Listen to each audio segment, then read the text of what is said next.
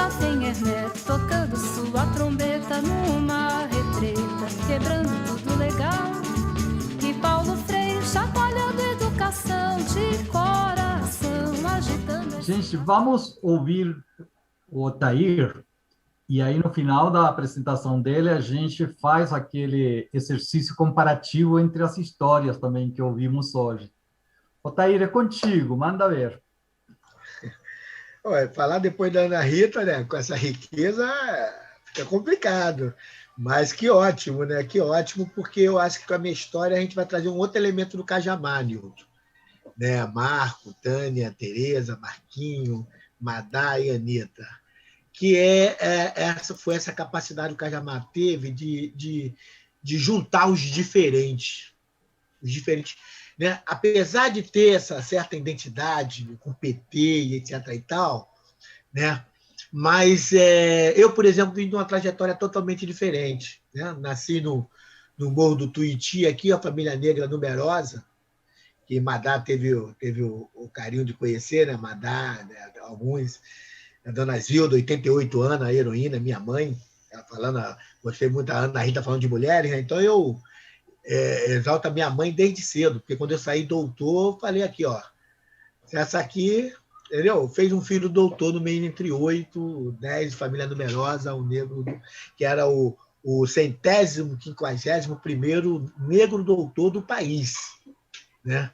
Então, acho que o Cajamar tem um outro lado aí muito interessante, que é o seguinte, eu nasci no Tuiuti, em São Cristóvão, com a família negra numerosa, desde cedo, dificuldades enormes, né, para poder sobreviver, para poder levar a vida, né, morando em morro, né, da época, minha mãe e meu pai trabalhavam desde cedo, aquela coisa que a mãe dizia para os vizinhos, olha os meus aí que eu estou indo trabalhar, então, criado mais ou menos na rua, tinha tudo para ser o trombadinha, o menor, né, esses estereótipos todo, né? E eu tive uma vida que eu acabei, né, conhecendo uma escola chamada Silva Freire, que é o Centro de Formação de Profissionais de Rio de Dentro, que era uma escola no regime do Senai, mas bancada pela Rede Ferroviária Federal, a extinta Rede Ferroviária Federal. Né? E que eu fui para um colégio semi-interno, né? Fazia o antigo primeiro grau de manhã e oficina à tarde. Né? E fiz tornearia mecânica, então eu e o Lula tinham alguma coisa em comum. Eu fiz tornearia mecânica, Nilton, né? E naquelas expectativas toda, garotão ainda, jovem, fui parar no Exército, acabei indo para o Exército, fui militar 7 anos, 11 meses e 21 dias, mas na década de 80, que na época aí, os dados do Banco Mundial, né, outros colocava como uma década perdida em relação à América Latina e Brasil, sobre a questão da inclusão, da pobreza, etc. A década de 80 foi a nossa grande década e foi a década de virada da minha vida, da minha trajetória política. Né? Então, isso é muito significativo. Por quê? Porque mesmo no Exército ainda, eu tive contato. Eu já era ligado eu não conhecia ideologicamente, eu era um cara totalmente ingênuo do ponto de vista politicamente, não sabia que era esquerda, direita, comunista, né? Tinha aquela formação. Nunca acreditei no que os militares me falavam em formatura, eu sempre desconfiava daquilo tudo, né? Porque eu era de morro, ligado a samba e tal. Então, tudo aquilo que me colocava como verdade, comunista comia a criancinha, tentou na comunista, eu já desconfiava, e não é nada disso. Mas também não sabia o que era o comunismo. Mas na década de 80, eu tive o prazer de fazer parte de uma instituição, que eu fui fazer ciências sociais, né? Não dá nem para contar esse caso aqui, que é uma outra história. Dentro do quartel, eu fui fazer ciências sociais, eu ainda militar. Então, eu chegava do quartel com o livro do Léo Huberman, História da Riqueza do Homem, e o pessoal dizia, peguei muita gente com esse livro aí. Eu, que isso, major, que isso, capitão, esse jeito, né, de negro, tal, malandro, popular. Eu sempre fui como dizia o Ney Lopes, nessa travessura, sempre fui ali no gingado, dando cambalhota. Por quê? Porque eu queria estudar. Eu tinha essa coisa do estudar. Né? A família, né, numerosa, e tanto é quem fez a primeira faculdade na minha família, de 8, foi eu. Né? Mestrado, doutorado, por quê? Porque a gente não tinha entre nós, nas nossas famílias, referência nesse sentido. doutores, engenheiro, sabe? Isso era que a gente perguntava, o que tu vai ser quando crescer? A gente não tinha na nossa família referência. A família fulano, que era auxiliar de caminhão, meu pai era caminhoneiro, minha mãe empregada doméstica, minhas irmãs desde cedo tendo que trabalhar na casa das madames no Rio de Janeiro. Então, qual era a minha referência? Minha referência... Mas aí eu gostava de estudar. E por conta disso, eu consegui ir para essa escola, para o Silva Freire, que era uma escola só masculina, naquela fase de 16, 17 anos, o Exército, que aí eu aprendi o que era, né? No final eu aprendi o que era não ser patriota do Exército, né? Onde batia a continência, cantava o hino nacional e, como dizia o Chico, vendia, né? Vendia a pátria com tudo, né? Tão distraída, né? Ia vendendo. A gente foi entendendo isso depois de contar. Mas aí, na década de 80, eu entrei na APSERG, da Associação Profissional dos Sociólogos do Estado do Rio de Janeiro. Aí eu fui ver que aquilo tudo que eu estava lendo, que eu achava que ia ser licenciado em Sociologia e tal, eu não entendia nada daquilo. Eu não era nada. Eu tinha que realmente... Ali eu tive contato, né, com uma produção, em contato com pessoas que foram caçadas pela ditadura, com a pessoa, né, com produção da área não só de esquerda, mas movimento social, de uma maneira geral, e pude participar do movimento pró-participação popular da Constituinte. Isso foi uma grande escola, porque nós fizemos também a luta, né, na Constituinte, que eu tive contato com os movimentos populares, né, do Brasil todo, e no caso do Rio de Janeiro, então eu ainda tem essa coisa de ser do Rio de Janeiro, né, mas só que ser da periferia do Rio de Janeiro, da Baixada Fluminense, né, onde o bicho pegava, como dizer. Eu sou da época do trem lotado, que era o trem cheio de gente, ou quando a gente tinha fome, tinha um dinheirinho no bolso, a gente comprava suco de laranja e o paraquedas. O paraquedas era um bolinho desse tamanho, que parecia um paraquedas, aquele era o famoso bate-top, que a gente comia aquilo para poder enganar o estômago, né? E pegava ali o trem lotado, da marmita e tal. Então, nesse movimento popular da Constituinte, é que eu fui ter dimensão, já fazia ciências sociais, ainda estava militar, nas contradições. O meu percurso é um percurso totalmente contraditório, não há teoria ou planejamento que dava conta de que eu depois ia ser o que eu me tornei hoje. Né? Eu me tornei nessa contradição, né? Nesse percurso eu fui o quê? Respondendo o que a vida me colocava, o desafio que a vida me colocava. Porque eu não tinha direito de desistir. Eu colocava um desafio para mim, que o meu sonho era mandar minha mãe parar de trabalhar, pegar trem, essas coisas. Então eu não tinha nunca direito de desistir. Então eu estava sempre respondendo o que a vida colocava. E aí fui auxiliar de pedreiro, essas coisas, né? Tal. Mas aí na APSERG, Associação Profissional de Sociólogo, comecei a estudar mais nitidamente, compreendi, tive contato com intelectuais, alguns se tornaram meu amigo, outros saíram da APSERG porque achavam que eu era espião, né? Já que eu falei que eu era militar, eu era espião.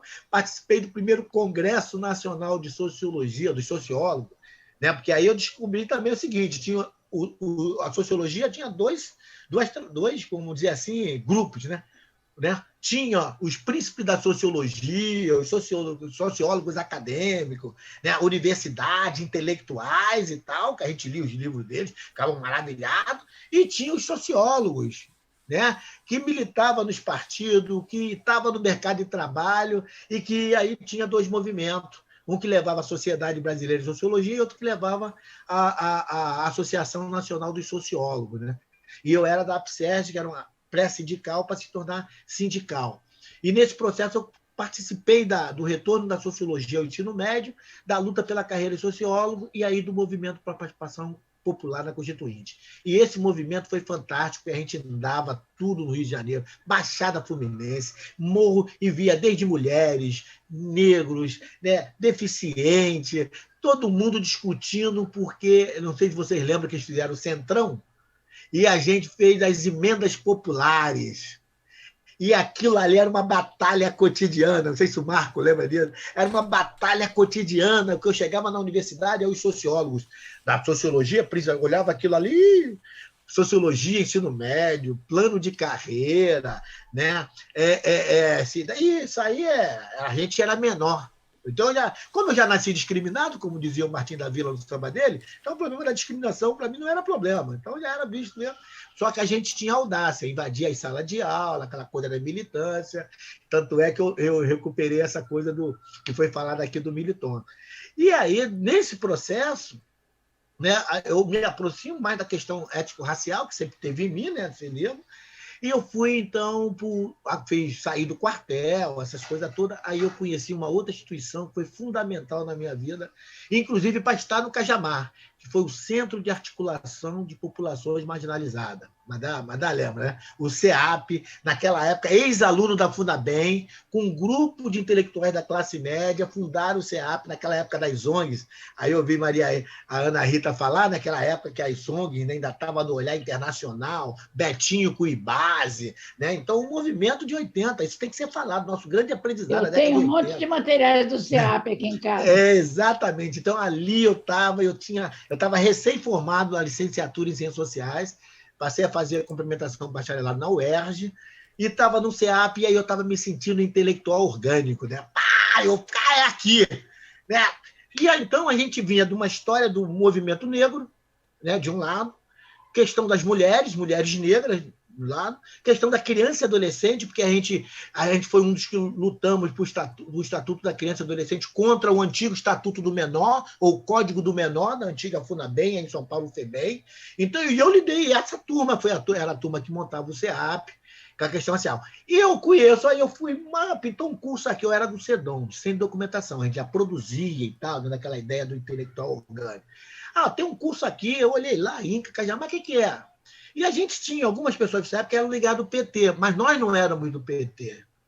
Aliás, a gente não queria ficar submetido a partido nenhum, mas tínhamos pessoas do PT e tinham pessoas ligadas ao PDT, porque no Rio o PDT era conhecido como partido, né? A gente tinha muita proximidade com o pessoal do PDT por conta do Abdias, né? Por conta do Brizola, o papel que o Brizola teve, e o PT era visto mais como um partido de quadro, de classe média e tal, né? De intelectuais. Então, a gente não tinha muito essa proximidade, mas tinham pessoas que tinham. E do CEAP, a primeira denúncia sobre o extermínio de crianças e adolescentes no Brasil, foi uma grande pesquisa, a campanha Não Mata Nossas Crianças. Eu sei quando pintou lá, tem uma proposta aí de um curso de formação de formadores. Quando eu olhei assim, eu falei, caraca, curso de formação de formadores. O nome já me ganhou, mano. Formação de formadores já me ganhou.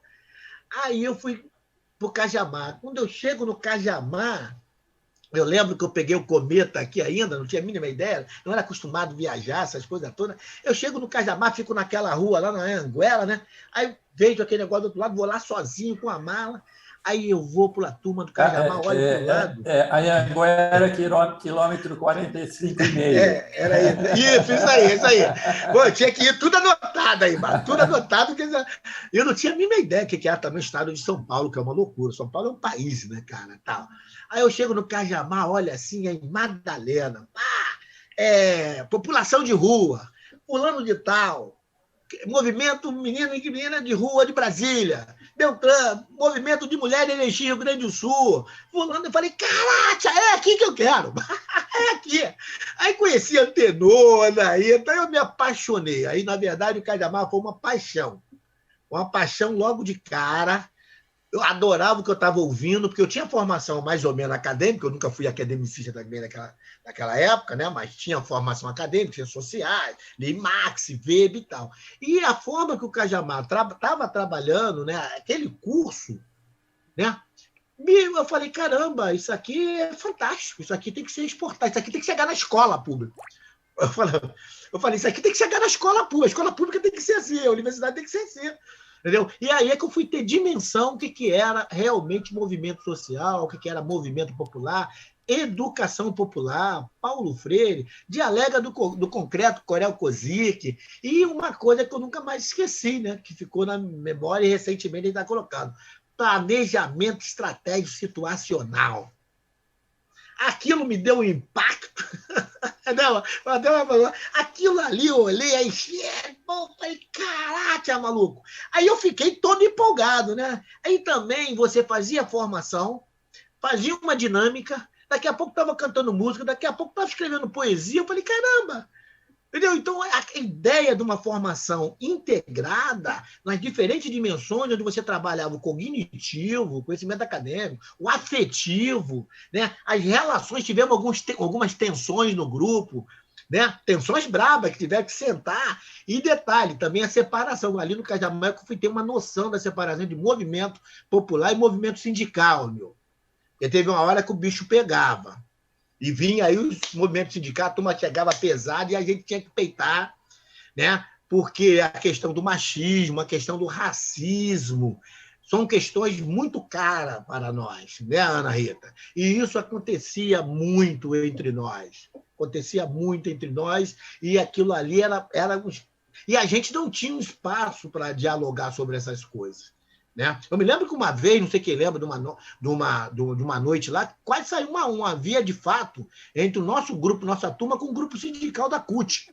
Um pessoal da CUT, quase partimos para o confronto. Só que só tinha homem do lado de lá, o nosso não, nós tínhamos mulheres maravilhosas, e tal, do nosso lado. Entendeu? Então, tinha uma diferença muito, muito legal. Então, essa trajetória, o Cajamar foi fundamental na minha vida. Por quê? Porque ele me mostrou o que era realmente uma formação do ponto de vista integral, uma formação onde o racional não está separado do emocional, do afetivo, da dimensão religiosa. Olha, eu nunca fui católico de igreja, essas coisas, eu era um crítico também desse negócio, tal, mas eu lidei com pessoas maravilhosas, porque a gente sabia que aquela turma ali, alguém falou aí, né? Eu acho que o Cajamar ele conseguiu juntar essa diferença toda porque ele tinha um denominador comum, que era a nossa formação, e a nossa formação voltada para a transformação social.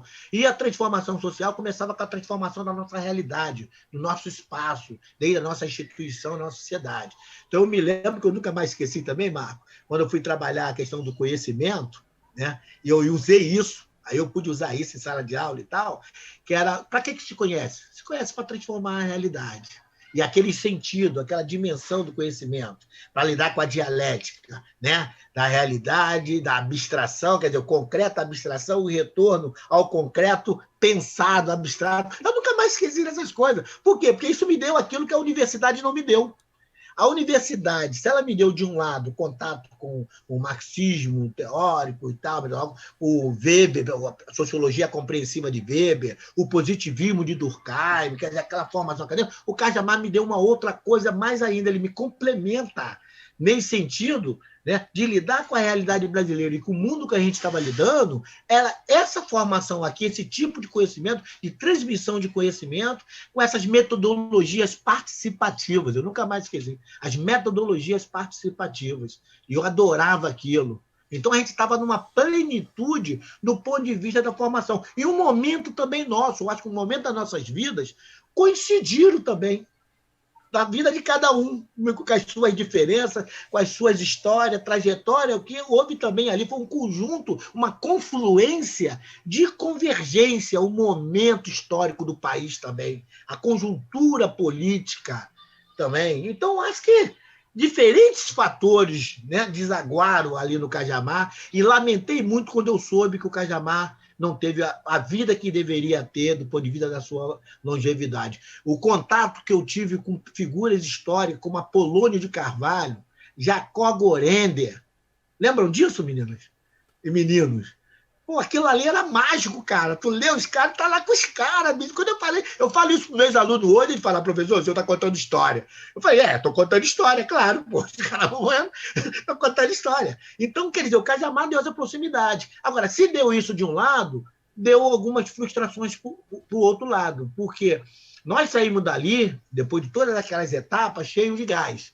Tanto é que eu ouvi aqui do depoimento de alguns que vocês puderam voltar para o trabalho que faziam. O Secop, eu soube, Ana Rita. Fiquei muito satisfeito quando eu soube que a tua campanha no Espírito Santo, vereador, foi pautada no planejamento estratégico, com a turma do Secop. Eu soube, porque, caramba, eu falei, porque era isso. Mas que era isso. O Cajamar era um centro difusor, né, dessa intelectualidade, né, ativista, militante, ativista, porque depois eu rompi com o Militonto, né? Militante, ativista, para poder irradiar esses processos formativos. E a minha frustração é que chegou na minha instituição, a instituição do qual eu fazia parte, não deu nem bola para isso, né? Nós chegamos até a fazer uma reunião com algumas pessoas no Rio de Janeiro, que fizeram o Cajamar, não sei se vocês souberam disso, se o Marcos, se o Maria do Carmo, mas fizemos uma reunião para tentar montar um Cajamar no Rio de Janeiro. A gente tinha uma ideia de montar um Cajamar no Rio de Janeiro, entendeu?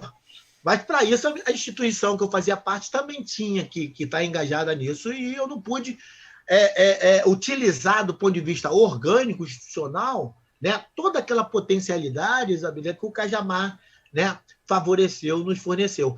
Então, nós aproveitamos isso, sim, na nossa prática profissional, na nossa vida profissional, dentro do próprio CEAP.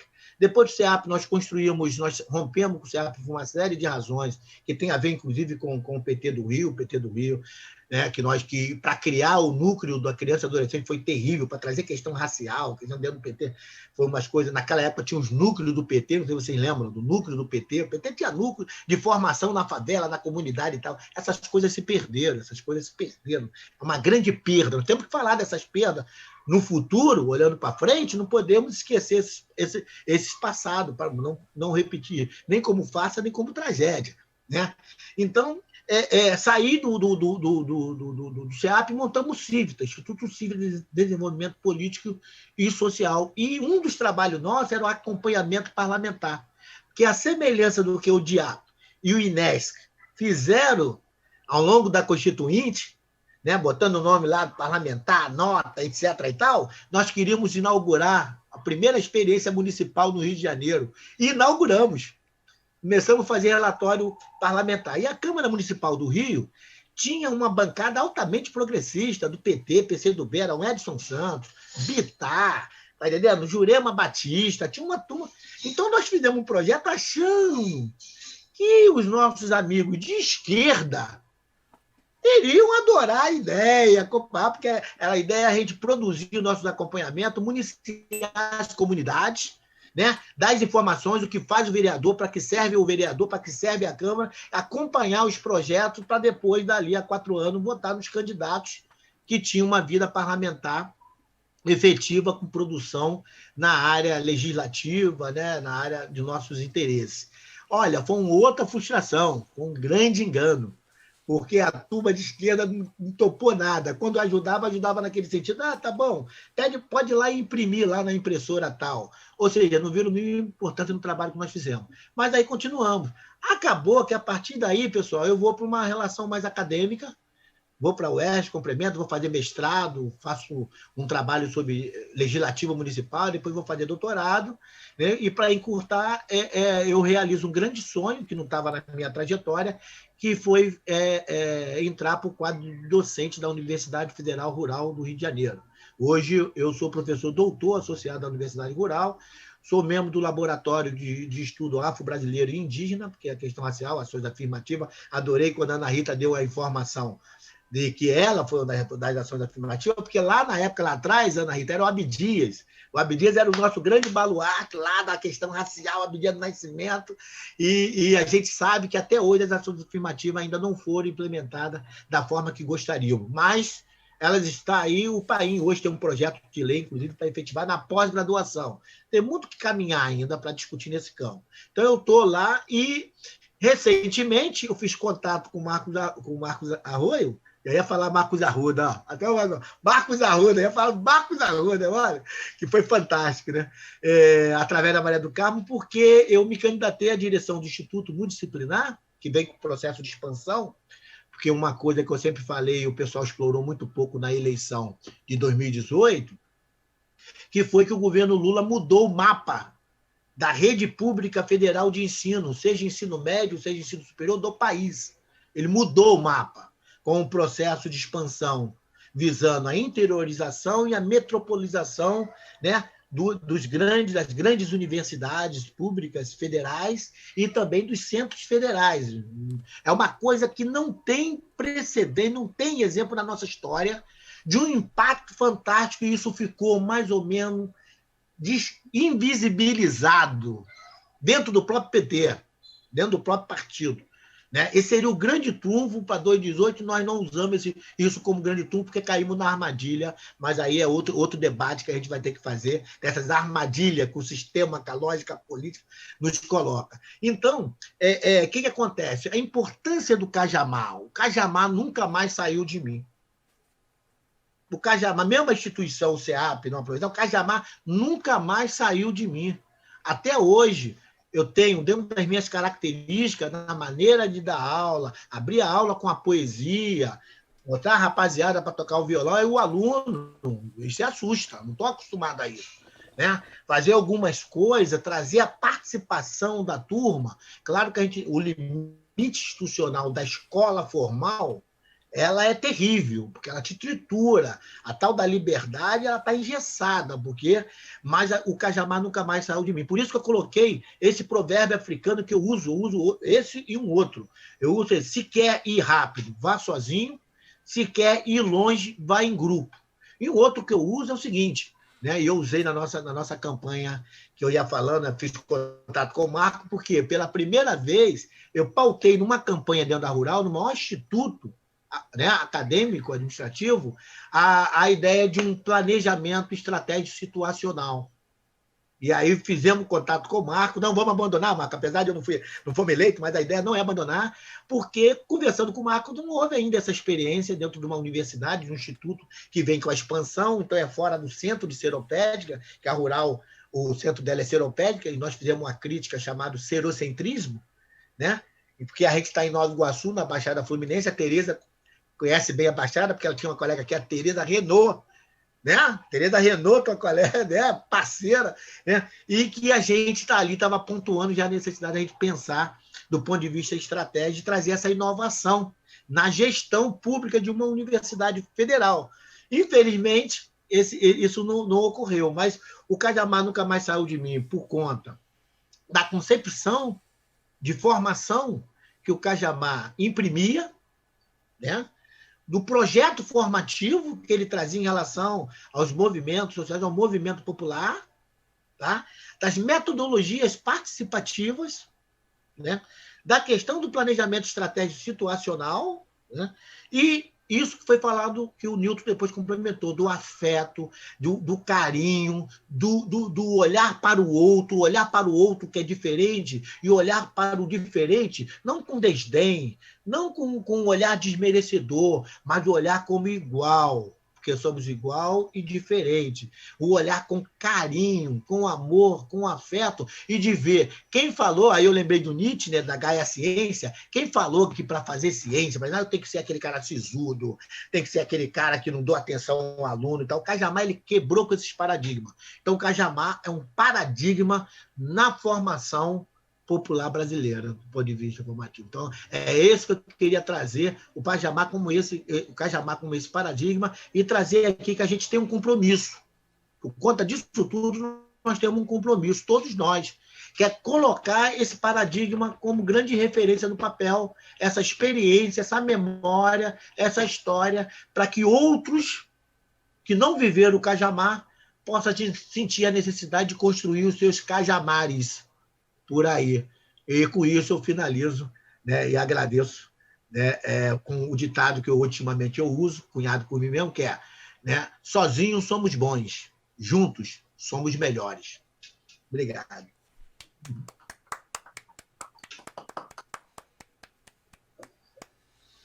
Estou emocionado. Muito legal, muito legal, muito legal. Aliás, todos esses encontros aqui que propiciaram, né, esse momento de contar história, de refletir, do reencontro, né, tem sido fantástico, muito bom, muito bom. Nada como subir no Cometão e falar com o motorista. Quero descer no quilômetro 46,5. É verdade. Isso é fundamental, era fundamental. Deixa eu só... Tem um outro momento, são vários momentos, né? Esse do PNO, que a Madá contou, foi uma experiência fantástica de pesquisa que nós fizemos logo após a vitória do Collor, quando foi pensado aquele seminário, Marco, depois da nossa formação, não foi feito um seminário nacional, nós tivemos um desafio, cada um grupo. E o grupo, eu, Madá, a Beatriz, a Carmela e o Antenor, meu parceiro, não posso esquecer do Antenor. Fiz uma dupla com o Antenor ali, ó, que era uma dupla do barulho. Entendeu? Em todos os sentidos. Monopolado, né? Era o que chamava. E aí nós fizemos uma pesquisa sobre população não organizada logo depois da vitória do Collor para tentar entender por que o Collor ganha avassalador. Nós fizemos uma pesquisa. Isso, aquilo ali, e a forma com que nós fizemos essa pesquisa, que conseguimos o financiamento do Fundo Samuel, e depois tivemos um resultado, apresentamos o resultado nesse seminário, aquilo foi fantástico, sem parâmetro. Esse é um dado que a gente não pode nunca deixar de esquecer da produção do conhecimento, né? Que é totalmente diferente da pesquisa que eu realizo hoje, acadêmica, de editais e etc. Então, foi um lance muito prazeroso. E o outro momento foi um momento que a Madá, não sei se ela lembra disso, a Marilena Chauí estava no governo, lá na Secretaria de Cultura, né, na época da Erudina, e um dos momentos que eu fui no Cajamar, já estava no Cajamar, eu fui secretário de Cultura, Turismo, Esporte e Lazer em Nova Iguaçu, por uns 3 meses. Depois eu pedi para sair, né? E nesse processo, eu quis conhecer a Secretaria de Cultura de São Paulo. Aí a Madá me deu o contato lá do pessoal da Marilena. Eu cheguei lá, pessoal, os caras não me conheciam, nunca me falei que era de Nova Iguaçu, Baixada Fluminense, ninguém sabia o que era. Mas me receberam com um carinho, me deram material sobre aquela proposta de democracia cultural que a Marilena implantou, palco sob hora, que foi um outro momento fantástico, porque eu estava chegando do Cajamar e passei em São Paulo. Falei, estou vindo do Cajamar. Quando eu falei assim, estou vindo do Cajamar, os caras mandaram logo sentar, cafezinho, não sei o quê. O Cajamar abre porta, pô. É isso. E tem outra coisa, né, Tatá? Apesar de que o pessoal achava que a gente estava só brincando, porque a gente se encontrava uma vez no Rio, uma vez em Curitiba, outra vez em São Paulo, né? Só próximas festas, dos aniversários, para a gente discutir as festas.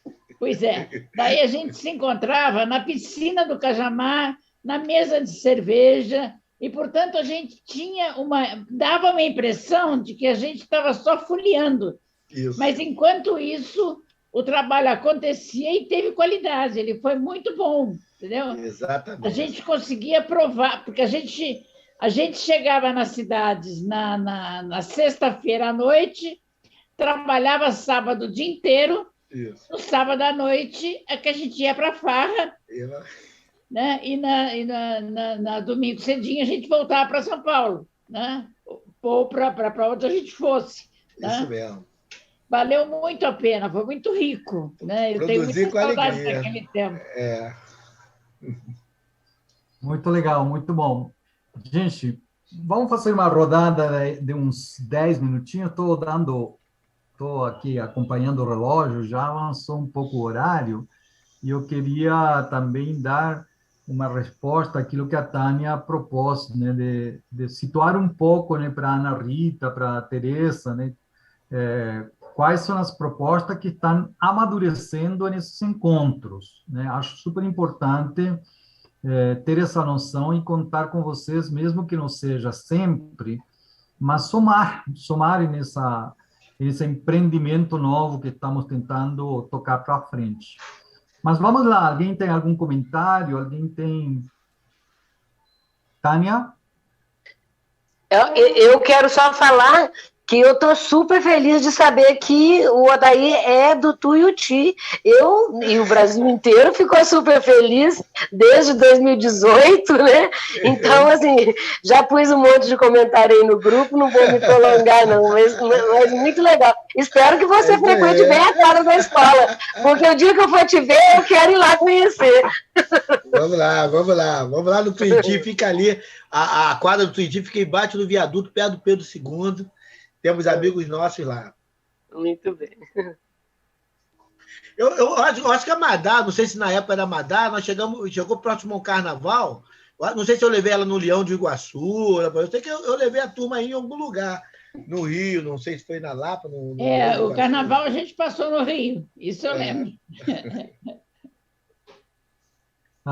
Anita, algum comentário? Você até agora ficou aí observando esses moços. Não, muita história, estou imersa aqui nas histórias e pensando já em como fazer as chamadas e os leads.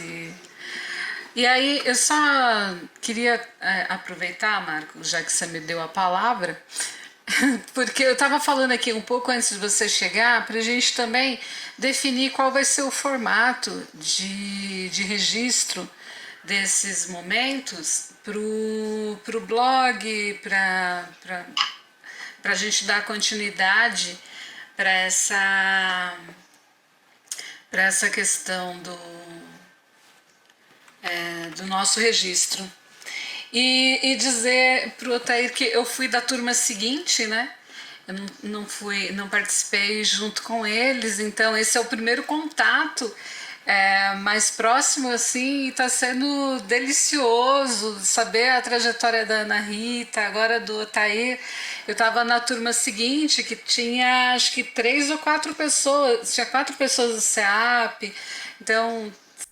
Você fez então com a Márcia Florencio, estava na sua turma? Florencio, a Paula...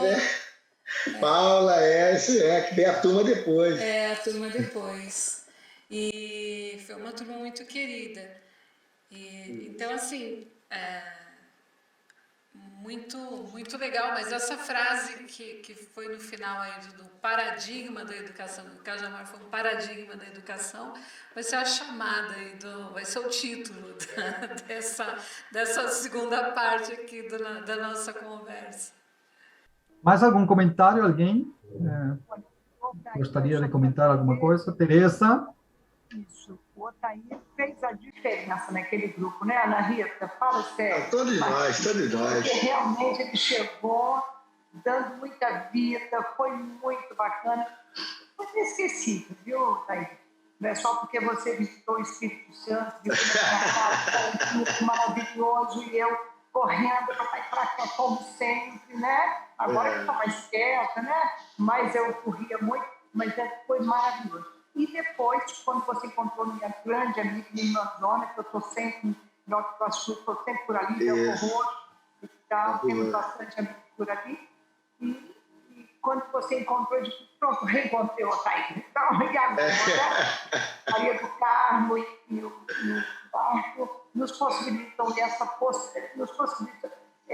nova trajetória, esse reencontro, porque a formação a gente roda, corre, mas a gente se encontra no momento oportuno. Agora, você falando da produção de conhecimento, é uma grande lacuna, na verdade, nessa perspectiva que o Cajamar nos mostrou, nos ajudou, nos abriu porta.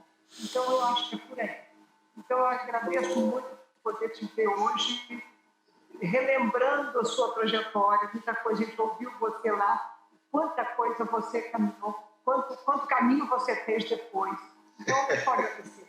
Muito lindo, muito lindo. Você continua mesmo, isso é maravilhoso. O cabelinho branquinho e tal, barrigudinho. Importantes, né? Eu, como sempre. É a força cajamariana, né, Nilton? Tem a força cajamariana. Cajamarense, né? O Nilton que deu o termo. Mas eu acho que é isso que nos une, né? Eu acho que quando trouxer outros candidatos, eu acho que a gente tem que fazer, Marco, a gente tem que recuperar as pessoas para fazer o cronograma, né, desses encontros, para que a gente tenha um calendário desses encontros, e depois, ao término desses encontros, qual é o próximo passo na medida em que a Anita já nos colocou aqui como é que vai ser esse registro, né, como estamos pensando, aquele projeto em relação à memória do Cajamar. É por aí, pessoal. Que depois, quando a gente for, entendeu? Vamos ser lembrados. Mesmo sem ser visto. Verdade. Vamos lá, então, ver, pelo avançado agora na hora, né, responder essas questões, né, de como este processo, né, está nos conduzindo, né, para a possibilidade de organizar um movimento, né, um novo movimento de educadores populares. Então, deixa contar aqui um pouco, né, como surgiu essa experiência, né. Na verdade, foi de forma muito espontânea, né, algumas pessoas via redes sociais faziam contato, né, retomaram contato, né, com pessoa do Instituto Cajamar, principalmente a Maria do Carmo, o Marquinho tinha também alguns contatos, a Madalena tinha outros contatos, e um dia a gente foi descobrindo que estávamos, né, com um grupo de pessoas retomando contatos, e aí nós de forma espontânea também, chamamos o pessoal para um reencontro virtual, uma vez que tudo isso aconteceu nesse período da pandemia, né, que não dava para se reunir presencialmente.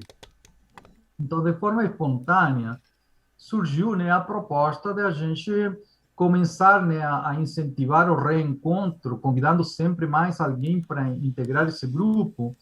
E uma das coisas que nós inicialmente decidimos era ter um encontro virtual, né, pelo menos uma vez por mês, para ouvir história de vida, que respondessem à pergunta, né, como, né, a nossa passagem pelo Instituto Cajamar trouxe, né, elementos que eles acompanham hoje em nossas práticas de militante, né, no partido, nos movimentos, no parlamento, na academia, enfim, e nos movimentos sociais. E aí foi muito interessante, porque nesses reencontros, ouvindo essa história de vida, a gente foi descobrindo, né, de que o Instituto Cajamar nos ofereceu, né, uma identidade de educadores que se espalhou pelo Brasil e que hoje, né, num momento de tanta aflição, né, de tanta desorganização e de tanta inversão de valores, né, tem muito sentido a gente retomar esta nossa identidade de educadores, ser mais solidários, nos apoiarmos uns aos outros, né? E descobrir, né, de que forma nós temos uma contribuição importante a oferecer, né, nos tempos atuais. Então, a partir desses encontros, né, a primeira proposta foi assim: vamos ouvir história de vida e, no final, organizar, né, a forma de um caderno que permita, né, mostrar como foi a vida de cada um antes, durante e depois do Instituto Cajamar. E descobrir, né, nessas histórias de vida, coisas comuns, elementos importantes de aprendizado que podem ter novas respostas, né, a este novo contexto, né? E a ideia foi isso. Foi uma ideia inicialmente, né, de reencontro, de um reencontro fraterno, de se ouvir, se abraçar pelas palavras, né, pelos gestos, né, e aos poucos foram aparecendo diversas propostas que hoje já são, vamos dizer assim, projetos nossos, né. A primeira coisa que surgiu foi assim: vamos recuperar a memória de tudo que nós temos guardado, né, não só estas histórias de vida que a gente está partilhando aqui, mas os cadernos, as publicações, os textos, né, as anotações, as fotografias, e vamos, né, recuperar para montar um acervo que nos permite, né, dar base também a essa reflexão, que permite, né, ter um material, né, para que alguns façam pesquisa e se aprofundem sobre essa história, para além dessa história de vida dos educadores. E aí, então, abraçamos essa ideia: vamos trabalhar para ter um centro de memória. Hoje, o Newton, que veio, né, do mundo sindical, ele veio para dar uma força muito importante no sentido de encaminhar esse projeto. E hoje já temos formatado uma proposta que procura parceiros que possam ajudar, né, a formalizar e profissionalizar esse acervo, né, como um centro de memória, né? Não um grande projeto, né?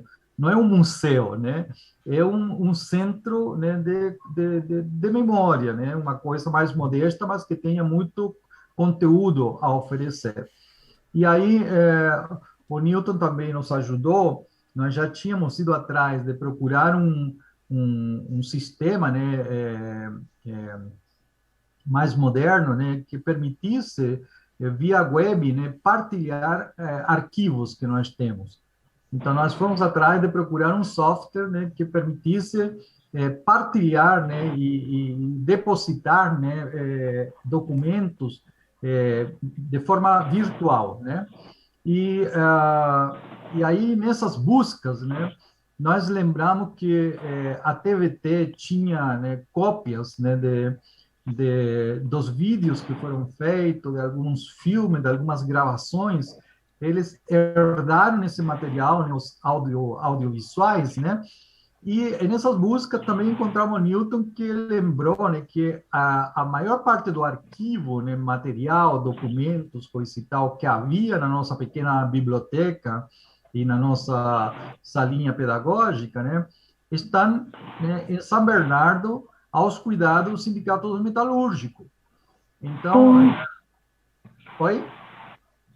Então, nós fomos atrás de fazer algumas conversas, né, com dirigentes do sindicato, e esse material hoje está à nossa disposição. Mas é um material que está em caixas, né, que precisa ser visto, separado, classificado, e como está um período né, de fechamento dos espaços, né, então o Newton, a Anita e eu, que somos mais próximos aqui no ABC, o Newton nem está morando aqui no ABC, mas ele vem, volta e meia, vem aqui no ABC. Então, a gente está tentando organizar, né, a nossa ida lá no metalúrgico, revisar essas caixas e selecionar agora o material que seria, vamos dizer assim, considerando que este ano é o ano do centenário do Paulo Freire, então nós iríamos selecionar, né, materiais que estão ali, que nos ajudaria, né, a preparar um evento para o final do ano, lá para setembro, outubro, né, um encontro, mesmo que fosse virtual, mas um encontro de educadores, né, de educadores populares, que tenha, né, uma homenagem, que faça uma homenagem ao centenário de Paulo Freire, para não deixar, né, nós, como educadores do Instituto Cajamar, que passou pelo Instituto Cajamar, ele teve, né, na nossa formação, ele deu uma contribuição tão importante, né, do ponto de vista da concepção do que é educação, né, processos educativos. Então, nós queremos preparar um grande seminário para o final do ano, e aí queremos ver o que tem, né, naquele acervo, naqueles materiais lá, que possa nos ajudar a sistematizar alguma coisa, a preparar um material que dê fundamento para um grande encontro a nível nacional, mesmo que virtual, certo? Então, estamos trabalhando nisso aí, eu acho que é importante, é um momento muito importante do centenário, mas também um momento histórico importante, né, onde as forças fundamentalistas, reacionárias, fascistas, estão tomando conta do pensamento, retirando, né, o senso crítico das pessoas, né, e punindo a quem estimula o senso crítico. Então, nós temos um desafio muito grande para ver de que forma nós, educadores, a partir da nossa concepção de educação, né, podemos retomar o nosso papel dentro do movimento, gerando um novo movimento em nível do Brasil, né? Bom, e aí, na medida em que nós fomos nos encontrando uma vez por mês e amadurecendo essa proposta, foram se complementando coisas muito interessantes, porque em uma dessas, né, quando a Anita chegou aqui, com a experiência que ela tem na área de comunicação, nós passamos a explorar ela imediatamente, assim, não demos chance de ela respirar, né? Então, a Anita criou rapidamente um blog, foi feita uma página no Facebook, nós temos um grupo no WhatsApp, quer dizer, estamos antenados nas redes sociais, né? E a Anita está tentando alimentar isso através do blog, né? Eu acho isso super legal. Aproveito também para dar uma resposta para a Anita, no sentido da pergunta qual é o formato, né? A rigor, nós não temos um formato, né? E o certo, né, para sermos coerentes com aquilo que nós acreditamos do ponto de vista da concepção pedagógica e da concepção, né, da construção do conhecimento, nem deveria ter um formato padrão, né? Mas deveria ter algumas preocupações que são importantes, dar resposta, né, como a partir da nossa história de vida, da nossa experiência com esse acontecer pedagógico no Instituto Cajamar, como isso, né, nos ajudou, né, na militância, naquilo que nós fazemos, nos conduziu até o momento em que nos encontramos hoje, mas como isso também tem respostas para o contexto que nos encontramos hoje. Eu acho que a grande busca de tudo isto é tentar responder, mesmo que a gente não tenha de forma sistemática e tão clara, né, as respostas, né, à situação, que a gente tem que entender muita coisa, né, do que está acontecendo, mas eu acho que a história de vida que estamos tentando recuperar tem que nos conduzir, né, à descoberta de resposta para as situações que acontecem hoje. E aí um ponto fundamental é pensar o que significa, né, o ensino, né, a educação, a partir do chamado, né, novo normal, né? O que significa a escola, o que significa, né, a educação presencial, a relação social, como isso, né, terá que ser repensado, a própria proposta, o projeto pedagógico. Eu vi nesses dias, né, uma pesquisa feita por técnicos, né, na área de pedagogia, acho que de algumas universidades federais no Brasil, dizendo que o impacto deste praticamente 2 anos das crianças afastadas da escola tem um prejuízo nessa área do pensamento lógico que vai demorar 11 anos para, né, suprir o vácuo que fica, né, nessa geração que não teve vamos dizer assim, um acompanhamento sistemático para desenvolver a lógica, né, seja ela na matemática, mas a lógica como um elemento que fundante do conhecimento, né, do senso crítico e de tudo. Então, eles falam que vai demorar 11 anos para recuperar isso com crianças, né, até a 4ª série. Mas na área de letras, né, na área da literatura, demorará 3 anos para fazer esse trabalho, entendeu?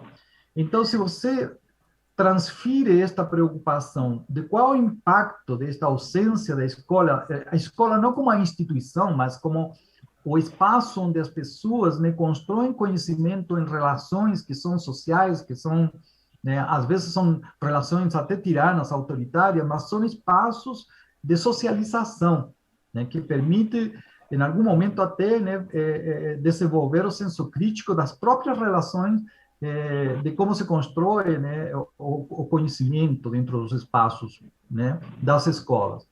Mas a ausência, né, destes espaços, né, comunitários, sociais, né, de socialização, elas colocam um desafio para pensar, né, não só a educação formal, mas a educação popular, tá?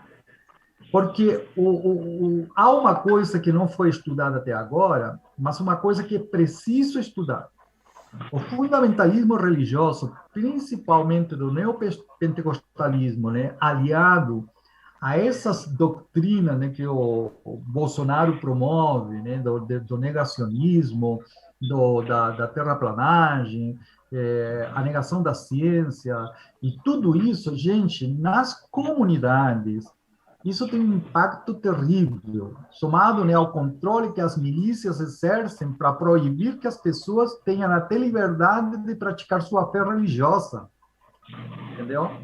Então, nós estamos voltando, né, a um tempo do feudalismo, né, onde pensar era proibido, ter senso crítico era proibido, e nós estamos voltando, né, a uma época do domínio do dogma, né, mas é da absoluta escuridão, né, afastado da lógica racional, do senso crítico, de tudo isso, das ciências.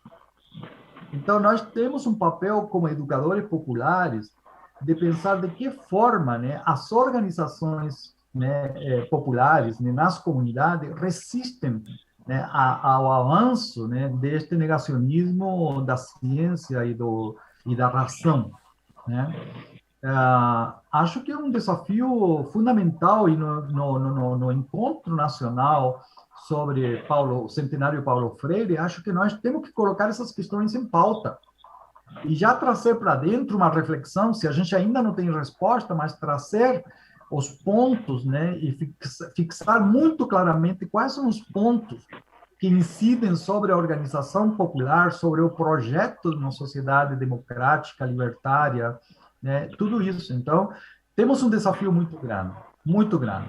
E as tarefas, só para concluir, Newton, e as tarefas que parecem pequenas hoje, né, esses encontros, história de vida, o blog, né, trocar informações, já fazem parte de uma proposta que eu acho fundamental. Newton, fala aí. Opa, eu queria, de novo, realçar que o trabalho possível com o material central do Cajamar não invalida o trabalho que vocês já estavam fazendo, sabe? Então, eu acho que você devia ser incentivado. Por exemplo, a Ana Rita disse que tinha uma mala que ela não sabe onde é que está. Quem sabe se ela procurar direitinho, ela acha a mala. Entendeu? É a mala assim, preta. E assim vai. A Tereza, o Otair. Essa pesquisa do material do Cajamar, que cada um tem no seu âmbito, e centralizando ela virtualmente, eu acho um trabalho fundamental. Então, eu acho que não devia... São duas coisas. Talvez lá no futuro se complementem, né? Talvez as duas se juntem lá mais no futuro. Mas eu acho que agora são dois processos diferentes, né? Então, acho que vocês não deviam abandonar a história que vocês estavam montando com o material que cada um tem no seu domínio. Não, de fato, eu acho que isso, né, para somar, né? Com os novos componentes que vocês chamarem, vocês incentivando o pessoal a pesquisar se tem alguma coisa em casa, se consegue digitalizar e mandar para quem mesmo? Era para a Madá, né? A Madalena que está reunindo esses materiais. Então. Abrir um drive, né? Abrir um drive que pode convergir, a gente ter acesso. E aí, qualquer um que conseguir escanear pode colocar lá no Drive, a tendência de identificar e tal. E aí, em cima disso, a gente pode pensar o que fazer, ver o que tem, e em cima disso fazer uma sistematização, uma reflexão, né, sobre todo esse material recolhido. Lá na frente, ver o que dá para fazer, né? Como as falas aqui também, como as falas daqui, né, dentro do que a Anitta tinha colocado, quer dizer, a gente vai ter que sistematizar essas falas, até porque essas falas estão trazendo uma série de elementos, Marco, que compõem, né, vamos dizer, esse cardápio, né, para esse centenário paulo freireano aí, contra o negacionismo. Contra o negacionismo, Paulo Freire neles. Paulo Freire neles. Né? Mas sabe que, então, eu queria só concluir isso aqui, que se alongou essa história, né? Mas eu acho fundamental, né, a gente se apropriar cada vez mais da grande importância desse reencontro, né? E dos desafios que temos pela frente, né? Mas uma coisa muito legal que eu estava até esquecendo, que nesse processo do reencontro surgiu até o barzinho, né, dos educadores aí, que estão se reunindo virtualmente. É amanhã, Boteco Cajamar, é amanhã. Pois é. Vamos ver quem vai mandar o link lá, porque o primeiro, infelizmente, eu incentivei, mas aí eu perdi um irmão, né, para esse hóspede maldito, e foi muito brabo. Mas do segundo agora eu quero estar, é amanhã, pô. Vou mandar o link para a Paulinha hoje, para poder ela mandar ela. Isso, fazer e mandar o pessoal. Aí é o Boteco, Boteco Cajamar. Boteco Cajamar é massa. Falar poesia. Aí a gente perde a cabeça, né? Não tem juízo, né? É pena jaca mesmo, né? Mas é para você ver, né? Essas coisas são muito importantes no reencontro, uma vez que a gente falava que não era apenas tudo racional, mas tem a subjetividade das relações, da fraternidade, do afeto, né? E é isso, estamos construindo, né, um novo tempo desses educadores. E no próximo encontro, se a gente seguir a sequência, né, de um encontro por mês, então a proposta é a gente se encontrar aqui virtualmente no dia 3 de junho. Primeira quinta de cada mês. Tá? Então, dia 3 de junho, vamos continuar promovendo, né, esse convite, né, para outros, né, companheiros e companheiras educadores que venham aqui não só a nos contar suas histórias, mas ajudar a construir este movimento. Gente, vamos para os finalmente. Eu agradeço muito, né, a presença da Ana Rita, da Teresa, e se vocês puderem nos acompanharem nesses eventos aqui, nesses encontros, ficaremos muito felizes de estar juntos aqui. Nilton, um grande abraço, Marquinho, Otair, Anitta, Tânia, Madalena. Sempre. Tá? Mas nos vemos no dia 3, tá? Não, amanhã, no boteco amanhã. Amanhã tem boteco, né? Amanhã tem Muito legal. Um grande abraço para todos. Pessoal. Boa noite. Obrigado, um abraço para todo Beijão. mundo. Ana, Tereza, entendeu? Um abraço. Tudo bom. Beleza. Lá tem Hermeto tocando sua trombeta numa retreta, quebrando tudo legal. E Paulo Freire chacoalhando educação de cora.